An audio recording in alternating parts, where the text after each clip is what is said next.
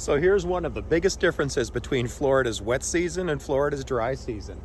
It's October now. We're nearing the end of the rainy season. There's a light fall rain today, but we've had a lot of rain. And this looks like a lake right here. During the dry season, this completely dries out, and there's actually a road that goes through those woods down there. I've driven it, it's beautiful. But right now, this looks like a lake. One of the best examples of the differences between Florida's wet season and dry season.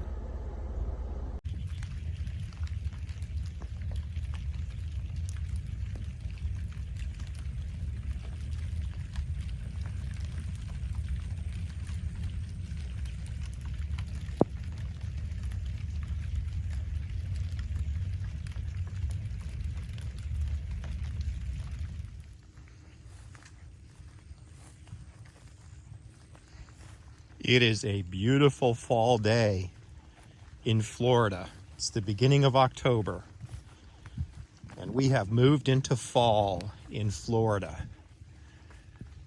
These beautiful clouds, low-hanging clouds, stratus clouds just laying there in the sky, a light rain. The temperatures are not cool. It's in the mid-70s right now, but it's very comfortable. The humidity is not bad. I'm out walking and I'm not sweating. It's comfortable weather. Fall in Florida. I grew up in Maine and I love fall. The first day of fall to me is the best day of the year. I love getting up on that first day of fall when the air is cold and crisp and dry and the leaves are changing and maybe there's some snow on the way. I love those fall changes, but we don't experience that here in Florida. I'm in short sleeves. It's comfortable. It's 75, 77 degrees out here. There's a light rain. It's fine, not getting too wet. There's drippy drips on my phone screen. It's not going to get cold. We're not going to get that snow. And I miss those things, but those are the changes, the big differences between fall and winter in other parts of the country and living in Florida. We don't have those big seasonal changes. The big seasonal change that we have here is the difference between the hot, rainy summer season, the wet season, and then the cool, dry season of winter. And that dry season is very different. It's cool. It can get cold, but not for long. We're not going to get snow. I take that back. We might get snow, but the last time I saw snow here was in December of 1989. That was a long time ago, and you can look it up and check it out. It did actually snow here in Naples in December of 1989. But the snow was so light, it was just a couple of flakes. You really had to look to see it. And the people I was with, some of them couldn't even see it. So, no, we don't get snow here. It gets very dry. We get occasional rainfall. And I'm going to talk about the differences between the wet season and the dry season as I'm walking down this trail. And you'll notice that I'm looking down a lot. And the reason I'm looking down a lot is because I'm walking on a muddy road right now. And I know that Florida Panthers live here because last week I saw one. Not close, he was far away. But I did see a panther. And so I'm looking down to see if I can spot any panther tracks, because if I could share that with you, that would be amazing. Right now I'm walking through a pine land. It's called a pine land because there are many pine trees here. And in this pine land, I see lots of young seedlings, these little saplings, these guys right here. There's our fresh young plants. I see mature adult pine trees over here. I think we've passed the time of year where they're dropping cones. I don't see cones up in the tree right now, but I'll throw some video in of the cones up in there because I did that over the summer when I came out and visited. And in the summer, it was very hot out here, super hot. I had to wear protective clothing, long sleeves. I had my buff on and I had my hat on and I had water, and it was really hot, very uncomfortable to be out here during the summer. Right now today, it's absolutely beautiful, just beautiful. You can hear the birds in the background chirping. They're just happy. You can hear the wind rustling the leaves, the grass. You can hear the rain pitter-pattering on those leaves. These beautiful slash pine. And all these young saplings over here, the young slash pine saplings over here. And there's some seedlings down here. I'll show you some seedlings when we get up next to one of them. And I'm walking through this area, and one of the things I want to point out to you about this particular habitat, about these pine habitats, is that you can see that the trees, their needles are way above. There's a layer. See how those needles are above that layer? And they're up there so that they avoid fires during the dry season. They're adapted to these plants are adapted to a fire environment. And so those trees keep their needles way up high to keep them away from the flames of the fire. And then you'll see that there's not a whole lot else in between the tree canopy and the low vegetation on the ground. And most of that low vegetation is saw palmetto. There's a saw palmetto over here. Those are those pointy palm tree looking things. They're not palm trees, they're saw palmetto, different plant, but they have the same kind of bladed leaves that a palm does. Those are and the grass as well. I want to point out the grass. There's a lot of grass here. So those are the major features of a pineland habitat. Those fires will come through. They will burn away the dead grass. They'll burn away any dead plant matter, and they keep the vegetation low. And that's an advantage for the birds, plants, and the animals that live in this environment. I talked about that Florida panther. That's an advantage for that Florida panther, because now that panther, just like me, he can come out and he can look way in the distance and see his prey. That panther might be able to see a white-tailed deer over there through the trees, or maybe some turkey. There's lots of turkeys that live out here. Maybe that panther can see a turkey, perhaps a raccoon down here. Makes a great place to hunt. It also makes a great place to be prey. Believe it or not, that same advantage is an advantage to the deer, to the turkey, to the raccoon. Turkeys love this habitat. They can see the panther, same as the panther can see them. Turkeys can see that panther way in the distance and skedaddle. They can hide. And oftentimes they'll hide in these scrub bushes that the panther will stay out of. Same thing with the deer. The deer will see any potential predators coming way far off in the distance. This is a beautiful habitat. So it has a lot of advantages for the animals that live here as well as the birds. I'm not an expert on any of this, guys, but I'm definitely not an expert on the woodpeckers that live out here. But I know that these trees provide habitat. The dead trees in particular provide habitat for many species of woodpeckers that will burrow into the dead wood of the tree, and that's where they make their homes. And I'm coming up on one here in just a moment, and we'll turn and talk about that dead. Yep, and I can see a hole up at the top. So here's that dead pine tree standing all by itself, and up at the top, I don't know if the camera is going to catch it, but way up at the top, there is a hole in that dead pine, and that's where that woodpecker is going to make its home. Again, I don't know if you can see that on the camera, but it's right up at the tippy top, right up there. There's a hole up there. I don't see any others on the trunk of the tree. But that makes great habitat. Even though that's a dead tree, it makes great habitat for other living things that live here. Now, why don't those woodpeckers make their homes in the living trees? Well, because the living trees have defenses against them. they have that pitch, that sap. See this stuff right here? Can't really see it, but if you try to burrow a hole into here and make a place to live, there's going to be a lot of sap that comes out of that living tree, and you're not going to want to live there.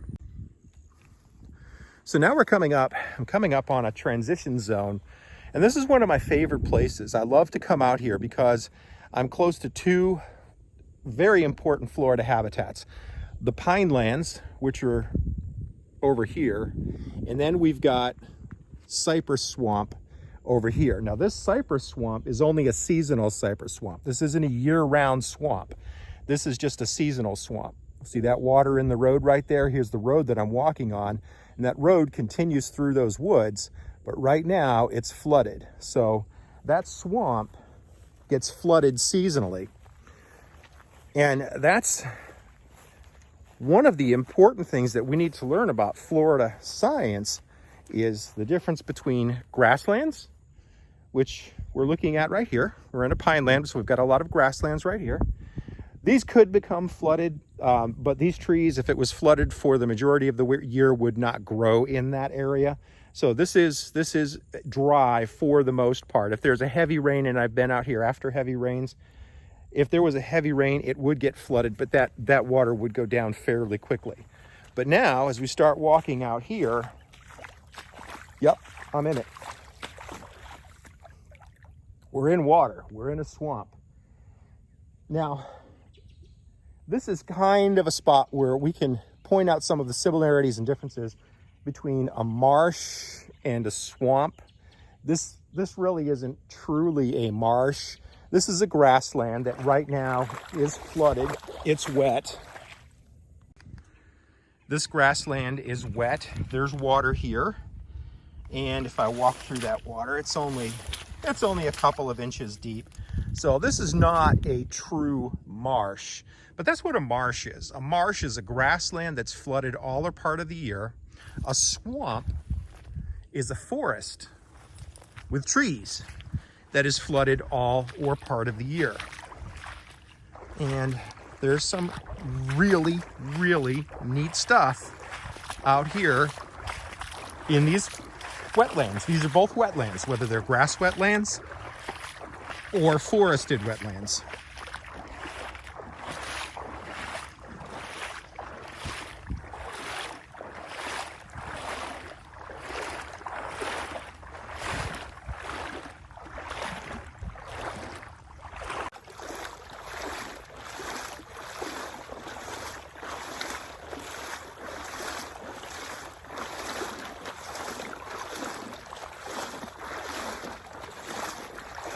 So let's look at some of the plants that we see out here. Over here we see more of those slash pine. Now these slash pine are up just a little bit in elevation. If I walk over here, you hear that? You hear how I'm stepping out of the water? And the base of that pine is actually dry. So there are pine in here, but they are on dry ground. The difference of just a couple of inches makes a huge difference with Florida plants and animals. Just a couple of inches of elevation or height on the ground makes a huge difference about what plants can live there and survive and which plants can't. Now, one plant, very important to Florida, that can survive in water year-round, some of these, there are swamps where these plants survive year-round, is this cypress tree. And I'm not going to spend a lot of time talking about the cypress tree and how it can survive here, because I've got other videos that show that. And I'm going to link that. I'll put that up there in a link, and you can take a look at those videos that talk about how cypress are adapted. They have characteristics that allow them to survive in this environment. Now, I'm walking on a road. You can see the road behind me. I'm walking on a dirt road, but right now, the water is about a foot deep. And it spreads out on both sides of me into the distance. You can see that it's spreading out over there. And it's spreading out over here. And during the dry season, let's talk about the dry season for a minute. So those two Florida seasons, The wet season and the dry season. The wet season lasts from about May to November, and we're coming up on the tail end of the wet season right now. It's raining. It's raining very lightly. You can see the raindrops falling in the water behind me. It's actually really nice. It's very refreshing. It's hot during the wet season.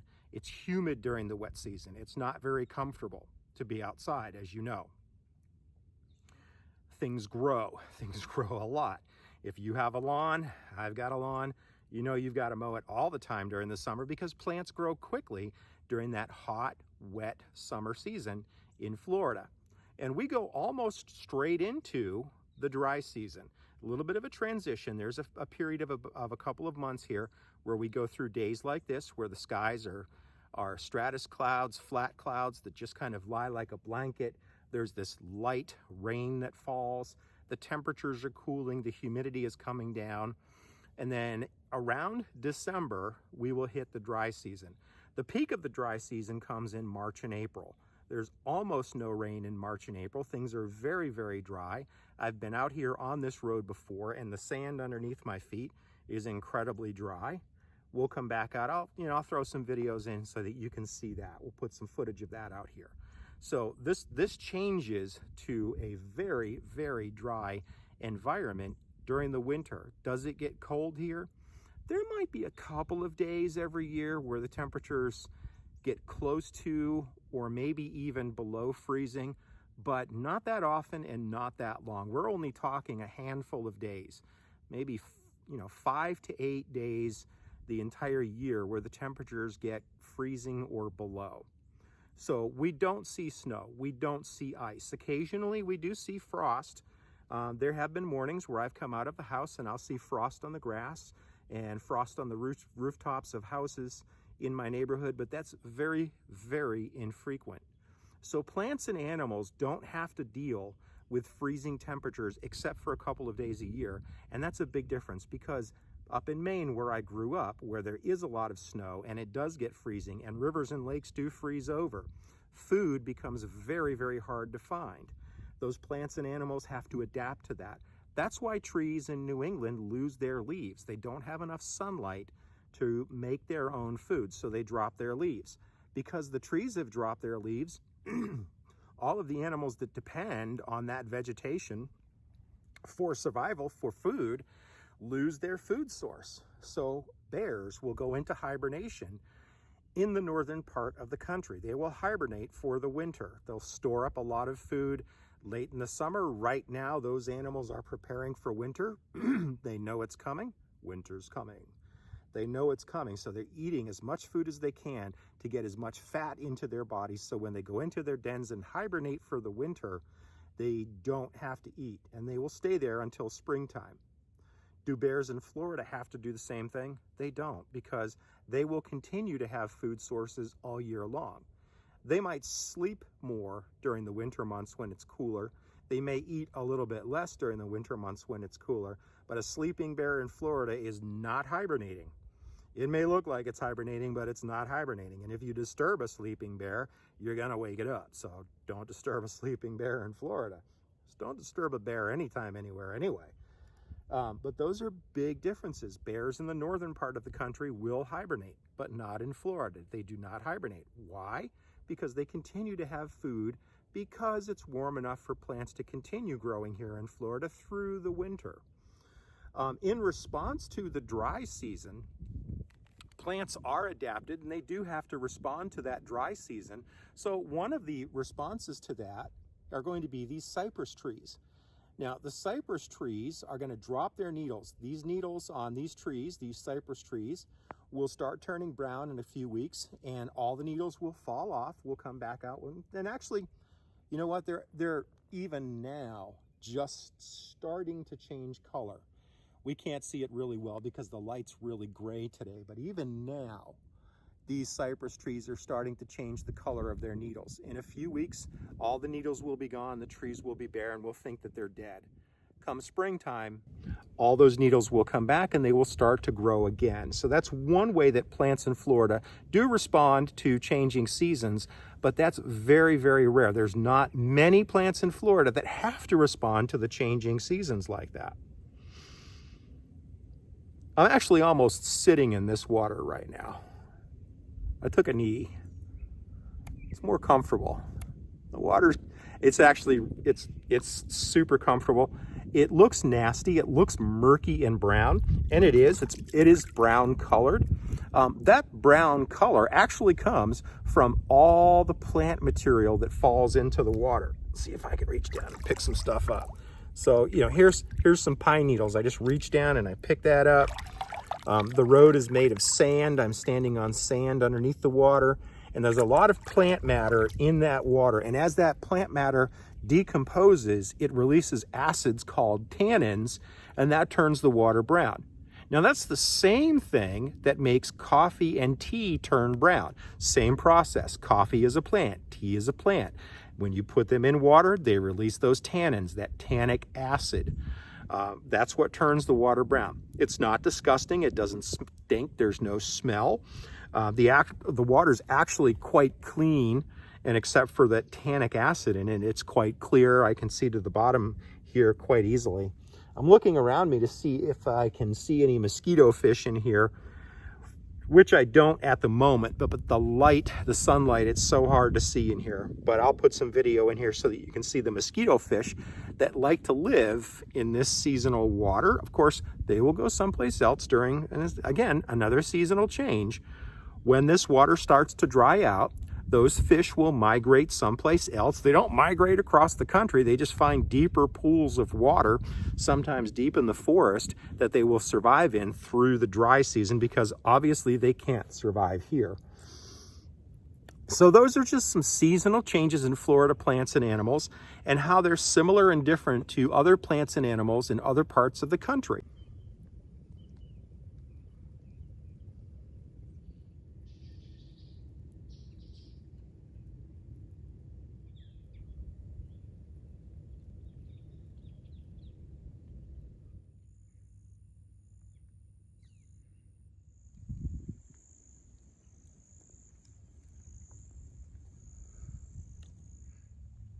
When you come outside, there's two important rules to remember. One, take nothing but pictures and leave nothing but footprints. Be careful where you step. This is a beautiful pine lily. It's a special and rare flower, and I want to come over here to take a picture of it, and that's okay. Be careful where you step, though, because right next to it is a seedling for a slash pine. I also want to be careful that I'm not stepping on any of the young pine lilies. Be careful where you step. I know the guy that manages this forest. There's actually two of them, and they're both named Mike. And both Mikes take care of these plants. They planted these slash pine. They come out, they take care of them, they count them, they watch them grow. Be careful where you step. As pretty as this pine lily is, you cannot take it. We're in a state forest. You're on public land. You can't take anything. You can't take flowers. You can't take sticks. You can't even take rocks and dirt. You have to leave everything here. So, two important rules. Take nothing but pictures. Leave nothing but footprints.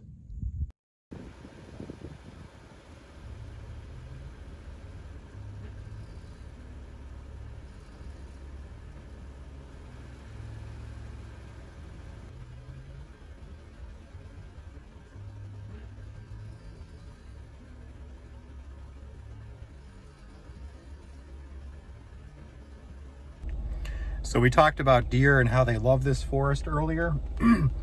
I was driving on the way out, and a moment ago I saw them up the road a bit, so I stopped, rolled down the window, and turned on my video. A moment ago there was a deer standing right there in those trees.